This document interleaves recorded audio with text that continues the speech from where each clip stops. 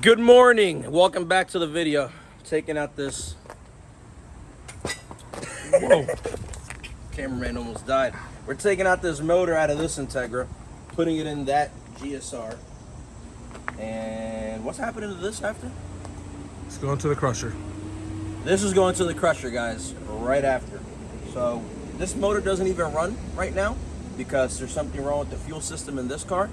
So we're gonna swap it all over there and hope, you know, with it dangling in the air and everything, it fixes whatever is wrong fuel related. Yeah, so this is actually our 8-hour challenge. So we're gonna get basically that car running. We're going to try to get this car 100% complete in 8 hours, which there's a little gray area because 100% complete would mean replacing the quarter panels. What? Replacing the quarter panels and painting it. Which that gray area is pretty gray. Might as well be black because it's probably not gonna happen in 8 hours. That is a very 8 working hours. That's what we're doing. 8 working hours. So we're probably gonna split it up into 2 days, 2 4-hour shifts, so that we have enough time to, if we run across any hurdles, we just order stuff and make sure the next time we're here we can actually finish it and have a good, productive video. So today is gonna be a 4-hour shift. Timer starts now. So we're gonna get started on this. took us 45 minutes because we had breakfast and then talked a lot and then moved the car and then here we are now. So we have 4 hours to get this thing up and at 'em. So cousin Gary's gonna start taking. I guess you work on this side. I'll work on that side. Yeah. With cousin Gary and myself splitting the work literally in half, he began unplugging the engine harness from the chassis harness while I took my time to put on my gloves so my hands wouldn't get dirty. I then jacked up the car and set up the jack stands. Now, with the front of the car up in the air, it was time to remove the wheels. Cousin Gary quickly took care of his side, and as I was moving the camera to my side, he tried to take my wheel off too. My gun already. Stay on your side, buddy. So I had to check him. Now that I was able to get some glory time of my own, we began disassembling the front suspension in order to remove the axles.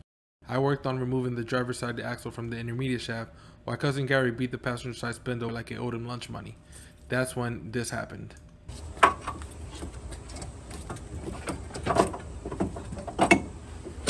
Oh!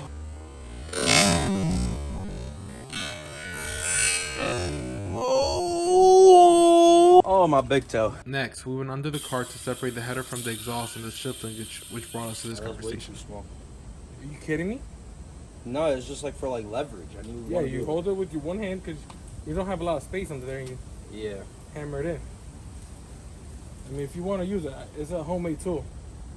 Be alright with this. This is I've ingenuity at its finest right here. This is a cotter pin remover tool. That's a cotter just pin use this. removing tool. This is an AC bolt, which is what everybody else use. That's way longer. This is good for tight spaces and it packs a big punch even though it's small in size.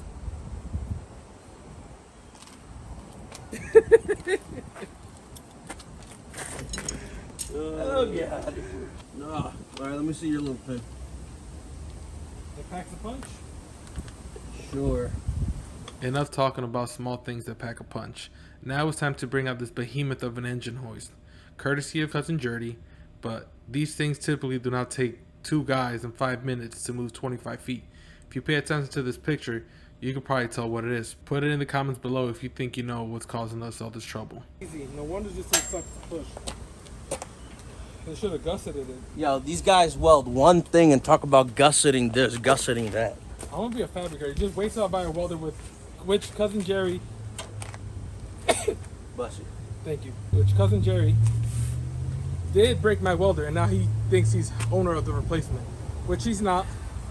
But I'm gonna capitalize. And if you're watching this, cousin Jerry, I'm gonna squeeze you. It's been 2 hours and 5 minutes, and we're about to move the engine over. So let's do it.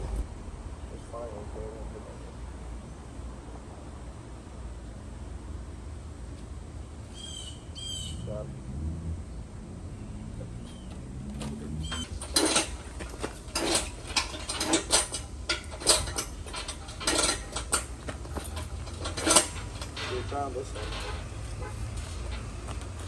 You left it, I'll pick it for you.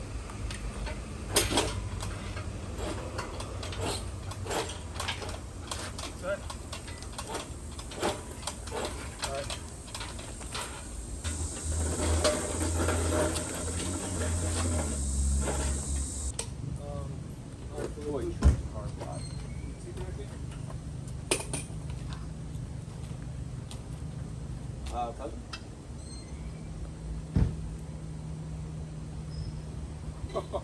I literally just rubbed my foot on that thing. I was like, damn, what gun did I just knock over? Oh my god. You know, we wanted to do this to show you guys could do it too. And you guys are probably gonna run into like other stupid problems, but let me show you our newest problem. Yeah, this is more or less unforeseen. Yeah. So we didn't realize it until we were trying to move this thing around, and you guys saw us struggling to get out of the garage. And then let's take a look at this here. See this little leg? It's not the best design, but you know, there's obviously a weld here, and that looks original. And then we come over here, and let's say the weld doesn't look original. You can see that it's been repainted, and then let it go, Cousin Gary. Now we were missing the wheel. Yeah, I was walking by this and my ankle just slightly tapped it. And I was like, oh man, I just knocked over one of our electric tools. And I looked back and this is on the floor. So now it's gonna be a struggle putting this in there. I mean, you can just tell the quality welds. Like, you know, we got bird poop all over this. This is good. All right. So now we're just gonna put the T-bracket on there on this black car, and the heater core hose, and the engine should go in. So we're still pretty ahead of schedule. I think. How has it only been 2 hours? I don't know. We're flying through Oh, this. because we started like at 10-ish. We started at like 9. It's been 2 hours and 20 minutes. Yeah, I was gonna say it's been like 2 hours and 20 minutes. We All started right. at like 9:30 realistically. All right. So yeah. So let's just get it done, and let's struggle together, us. You want to guide it in? I'll guide it in. Remember, the same way it came out, so it has to go in. So transmission has to go in first. Understandable, my friend. Watch your feet. I don't want you to get hurt, so just step away. We should probably, when this becomes a real company and we start making money and people can sue us for something, we should probably put like, you know, rules like steel toe shoes and Steel toe boots. long pants. Yeah. Something to just like protect us. At least boots. Boots would be nice. We could work in shorts and things like that. But steel toe boots really goes a long way. Yeah, And eye coverings, man. pants too. See, Cousin Gary's already telling me things. He's already got injured multiple ways.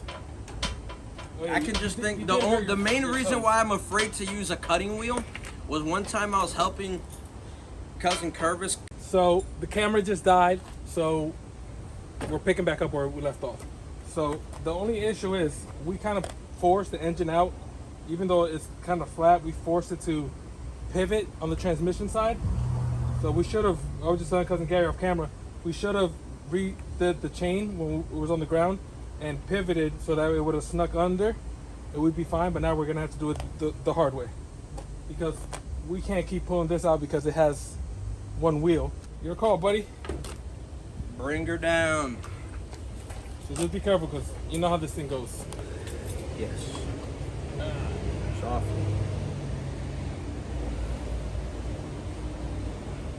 You can just watch it on your side too. Just let me know. Engine's too far back on this side. Yeah, it's real far back. You can pull it forward if anything now.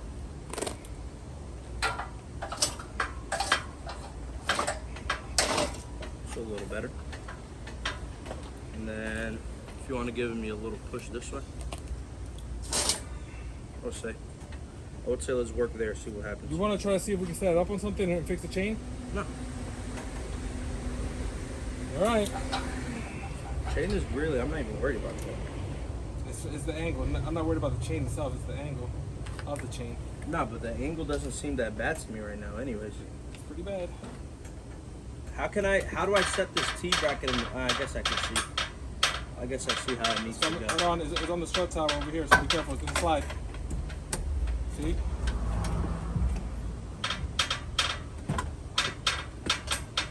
On the engine mount. You on top of the trans mount? No, not yet. Oh, these AC lines. Go back up. Hold on. Watch out. Is it going to fall? Yeah, guys, it's not even. It's on AC lines right here. It's not settled Oh, at it's just all. on the AC lines only? Uh, Is it on the engine mount? no. It is on the engine transfer right there. Oh yeah. Oh yeah. It's sitting directly on it with on one of the All right, things. let's quickly try to fix the chain. Are you crazy? A little bit. Oh my god. Oh my god. Oh my god. There's tension on this chain still. I know, we're remove it. I can see it. Like once we get past this. Oh, whoa, whoa, guy. All right. Well, that works too. I went the wrong way again. I like that. That literally did everything that we needed. Good So. thing you didn't have your hand in the way. That's pretty. Quick moving. Pretty dumb. It's all good. Bring it up, baby. What are you doing? All right, just make sure you're on the right side of the C-bracket. I am. I can see it. We completely blew past it when that happened. Now you just gotta. Now you gotta bring it up, literally. The T-bracket ain't even a concern now. Hold on. So let me, let's bring it all the way down and fix the chain again. Yeah, now, yes, go ahead, do that. But how are we gonna? Guess I'll just hold it on its way out. All right, let me try to hold it up top. Oh.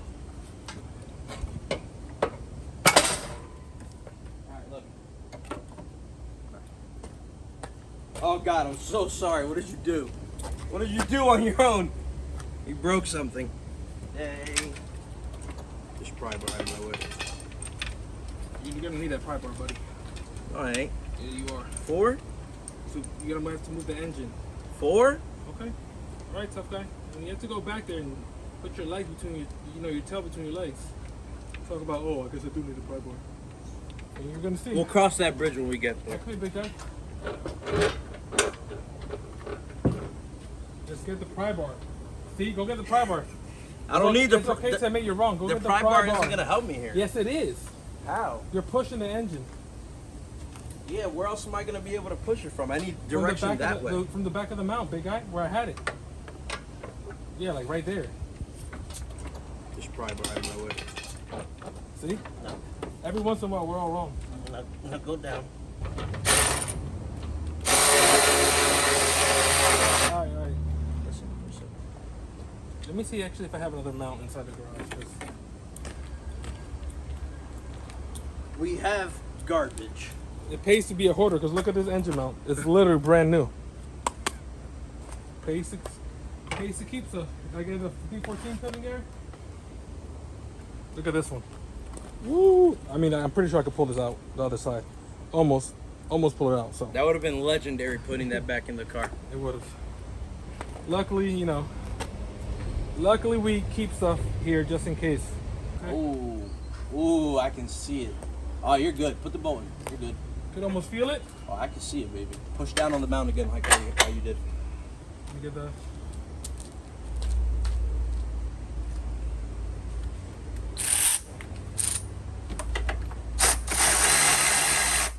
Push down on the mount.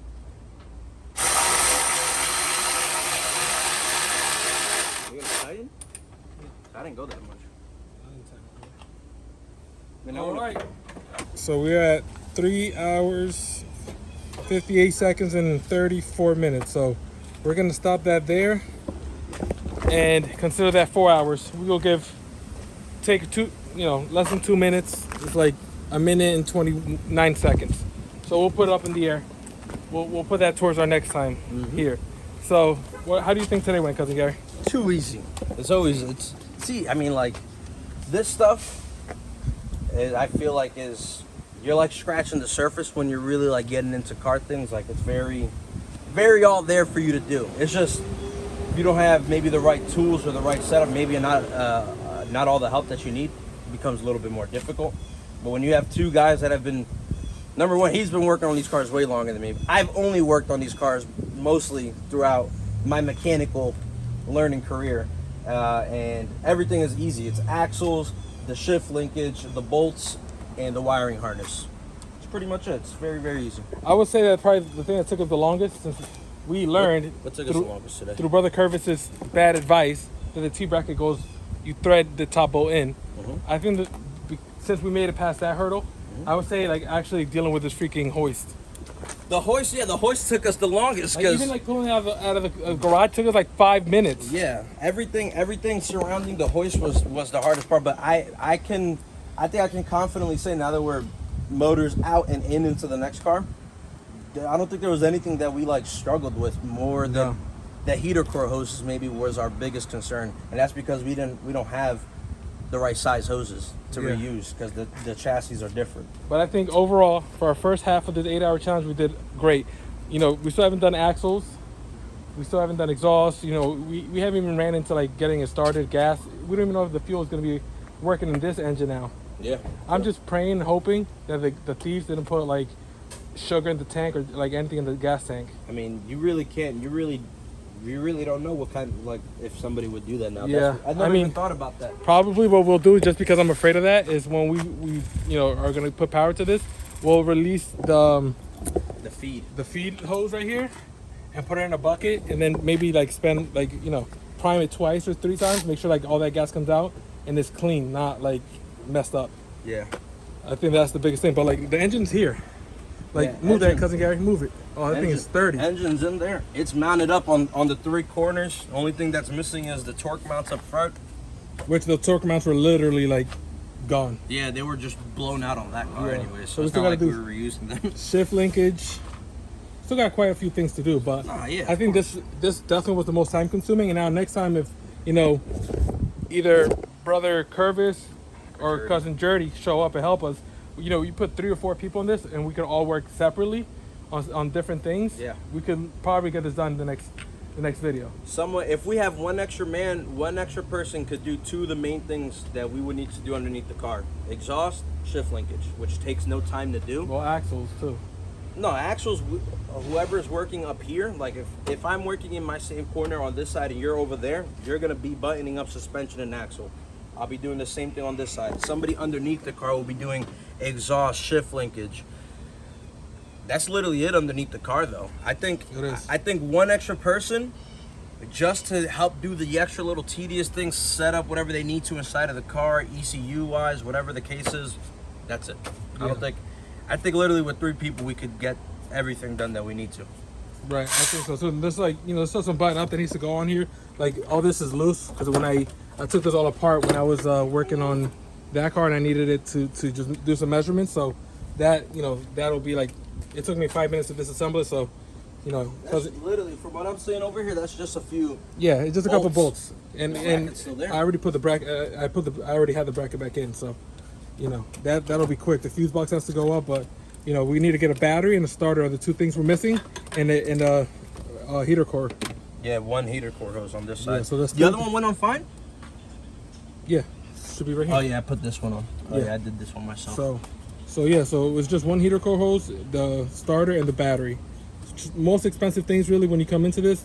I saw that in the last video, the compressor for starter, this. did you put the starter down? Or you have Yeah, to, it says you have to just have starter, battery, and heater core hose.